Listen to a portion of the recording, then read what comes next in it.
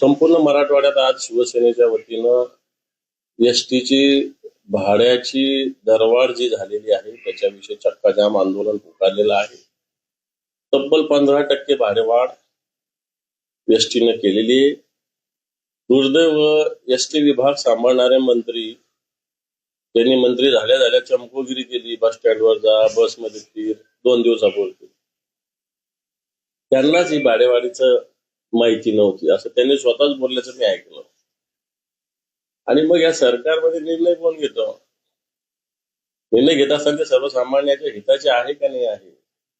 2 महिन्यापूर्वी भाड्याची दरवाढ कोण घेतो? त्यांनी एसटी प्रचंड फायद्यात आलेली आहे अशा प्रकारचं वक्तव्य केलं होतं. एसटी महामंडळ सगळ्या अधिकाऱ्यांचं अभिनंदन केलं होतं. मग आता 2 महिन्यात एसटी लॉस मध्ये कशी झाली? 15% भाडेवाढ कशी झाली?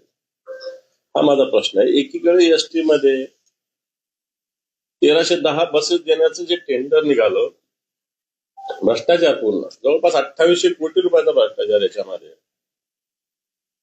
जीएसटी आताची कोणती तरी एजन्सी 44 रुपये किलोमीटरनं चालू होते विथ डिझेल, यांनी विदाऊट डिझेल 35-36 रुपये किलोमीटरने चालवण्याचं टेंडर दिलं. आम्ही आवाज उठवला. मुख्यमंत्र्यांनी सुदैवाने तो निर्णय आता रद्द केलेला आहे. रद्द केला का स्थगित केला मला माहिती नाही, पण थांबवलेला. आता मुख्यमंत्री याच्या पुढचा निर्णय घेतात म्हणजे योग्य निर्णय घेतात की अयोग्य घेतात हे मला माहिती नाही, पण आता जो झाला होता तो रद्द केलेला आहे. म्हणण्याचा मुद्दा असा की सर्वसामान्य माणसाची ही एसटी आहे. आज ग्रामीण जीवनाची धमनी ज्याला म्हणते ही एसटी आहे. तिची 15% भाडेवाढ सर्वसामान्य माणसाचं कंबरड मोडणारी, आणि म्हणून शिवसेनेच्या वतीने ही भाडेवाढ मागे घेण्यात यावी याच्यासाठी आंदोलन मराठवाड्यात आज आम्ही पुकारलेलं आहे. मला असं वाटतं उद्या महाराष्ट्रात सुद्धा सगळीकडे होईल. मराठवाड्यातल्या सगळ्या जिल्ह्यात होते या आंदोलनामुळे ट्रॅफिक आणि एसटी वाहतुकीवर सुद्धा परिणाम होतो. हे पहा, याची जाणीव लोकांना करून द्यावं लागणार.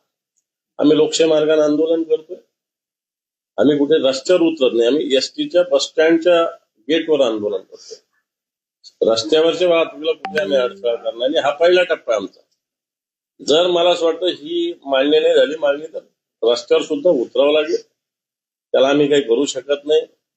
सगळ्याच गोष्टी सुरळीत व्हायच्या तर आंदोलनं होऊ शकत नाही. आंदोलनं जनतेसाठी होते आणि त्यामुळे जनतेला याची झळ पोहोचली तरी मला असं वाटतं मी म्हणणार नाही की काही हरकत नाही, परंतु जनतेने ती सोसावी अशा प्रकारची विनंती मी जनतेला करेन. काल 2 व्हिडिओ समोर आले. होता बाबूराव चांदेल यांचा, त्यांनी विरोधाला मारहाण केली, आणि दुसरा होता छत्रपती संभाजीनगर मधलाच एक मुजोर धनाढ्य व्यक्ती होता, त्याने ट्रॅफिक पोलिसाला वरती इन्फॉर्मेशन दिली. ही तर मस्ती आहे ना. बाबूराव चांदेल मला वाटतं पुण्याचे ना. बरोबर, पुण्याचे अजितदादांचे खास आहे ते नगरसेवक होते ते, आणि धनाढ्य व्यक्ती कोणाच्या बरोबर मुजोरी करते? कोणाच्या बरोबर? ट्रॅफिक पोलीस एक रस्त्यावर काम करणारा एक सर्वसामान्य कर्मचारी आहे. त्याचा तर आदर केला पाहिजे सगळ्यांनी. ऊन, पाऊस, थंडी, धूळ, कित्येक ट्रॅफिक पोलिसांना श्वासाचे त्रास आहे. असं सगळं जीवनाशी खेळत असताना त्यांच्या अंगावर जाणं किंवा त्यांच्याशी करणं मला वाटतं चूक. मनोज जरांगे पाटील उपोषणाला बसले. 3रा दिवस आहे उपोषणाचा. सरकारने अद्याप काही दखल घेतली. त्यांच्या मागण्या ज्या आहेत, सरकार वारंवार मनोज जरांगेच्या आंदोलनाचा आदर तर करते असं म्हणतं, मागण्या मान्य करू असंही म्हणतं, परंतु 8 आंदोलनं त्यांची झाली, अजून 1 मिलीमीटर सुद्धा आंदोलन पुढे गेलेलं नाही असं मला वाटतं. आंदोलनं मनोज पाटील जरांगे करतायत, जनता त्याला भरभरून पाठिंबा देते. पण सरकार या भावनेशी, मनोज जरांगे जे भावना मांडतात त्याच्याशी खेळते.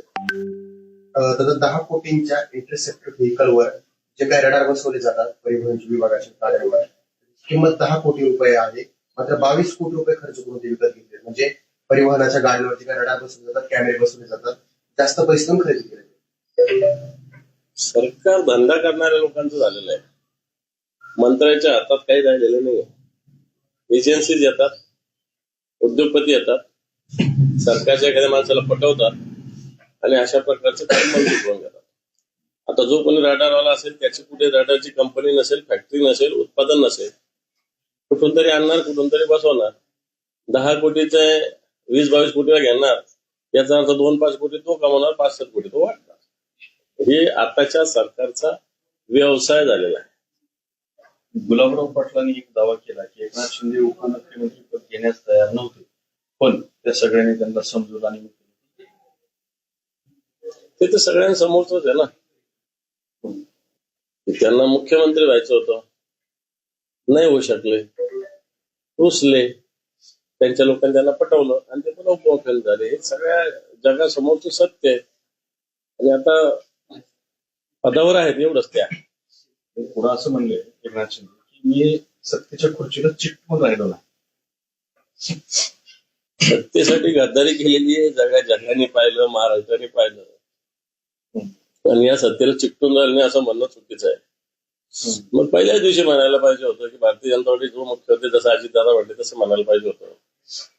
मग दिल्लीला जायचं, रागवायचं, गावाकडे निघून जायचं, हे काय प्रकार आहे? सत्तेला चिकटून राहण्यासाठीचीच ही वृत्ती आहे. प्रताप सरनाईक आणि तानाजी सावंत यांच्यामध्ये धुसफूस दिसली. राजकीय खुर्ची फेवकाल घेऊन उभा राहत नाही असं त्यांचं म्हणणं आहे. बदलत असते, आपला बदल होत असते. सत्य आहे ना, हे काय चूक बोलले प्रताप सरनाईक, योग्य बोलले. तानाजी सावंतांची जी काही हे आहे अटापिटा त्याच्यावर त्यांचं ते पहा, प्रताप सरनाईक जे बोलले ते सत्य बोलले. कोणती राजकीय कृती कोणाची का हे काही सत्य नाही आहे. हे टेम्पररी व्यवस्था आहे. हे आज राहील, उद्या जाईल. ही मानसिकता सगळ्यांचीच असली पाहिजे, माझी असेल सगळ्यांची असली पाहिजे. खुर्च्या काय रोजच आपल्या ताब्यात असतात किंवा आपण रोजच खुर्च्यावर बसू शकतो अशातला काही भाग नाही. पालकमंत्री पदाची अजूनही 2-3 टप्प्यावर चर्चा सुरू आहे. रायगड नाशिकचा वाद आहे. दुसऱ्या बाजूला बीडचं पालकमंत्री पद मिळालं असतं तर आनंद झाला असता. पंकजा मुंडे अस्वस्थ आत्मा असं म्हणता येईल याविषयी. कारण मनात तेच आहे त्यांच्या, पोटात ते जे ओठात आलेलं आहे.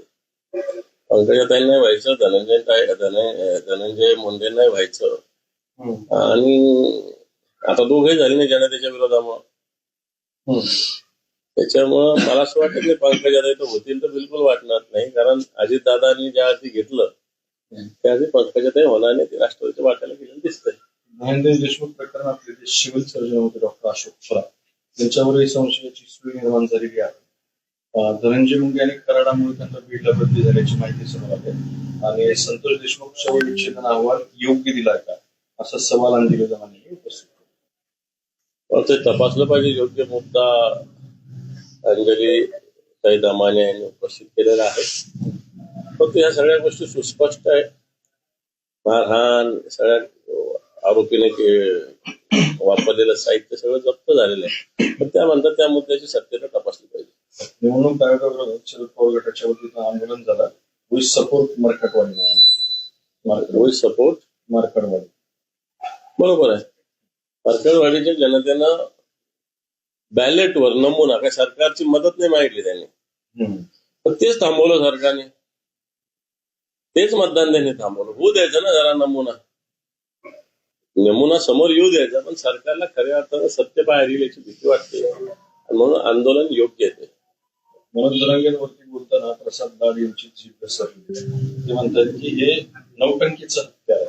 जरांगेंनी सांगावं तुमच्या आकाची समाजाची फसवणूक करून पुन्हा उपोषणाची नौटंकी का असं लाड म्हणतात. लाड वगैरे हे भारतीय जनता पार्टीनं हे आंदोलन सोडलेले भाट आहेत. हे आंदोलन सोडलेले शब्द नाही वापरत मी, भाट हा शब्द वापरतो. प्रसाद लाड यांच्याबद्दल तुम्हाला नेहमी वाईटच शब्द का सुचतात? भाट शब्द बोललो ना मी, बडबड करायला ठेवलेलं भाजपने. मागे सभागृहात त्यांना शिवी घातली होती. आता सुद्धा तुमच्या तोंडामध्ये शिवीवाचा शब्द आला होता, तो तुम्ही टाळला. शिवीवाजा नव्हता आला, तो शिवी नाही येते, एक नाव आलं होतं असं मग शिवी नव्हतं देत मी. लाड या व्यक्तीबद्दल असं काय आहे की तुम्हाला? लाड आहेत, मित्रच वाईट आहे. हा मॅडम.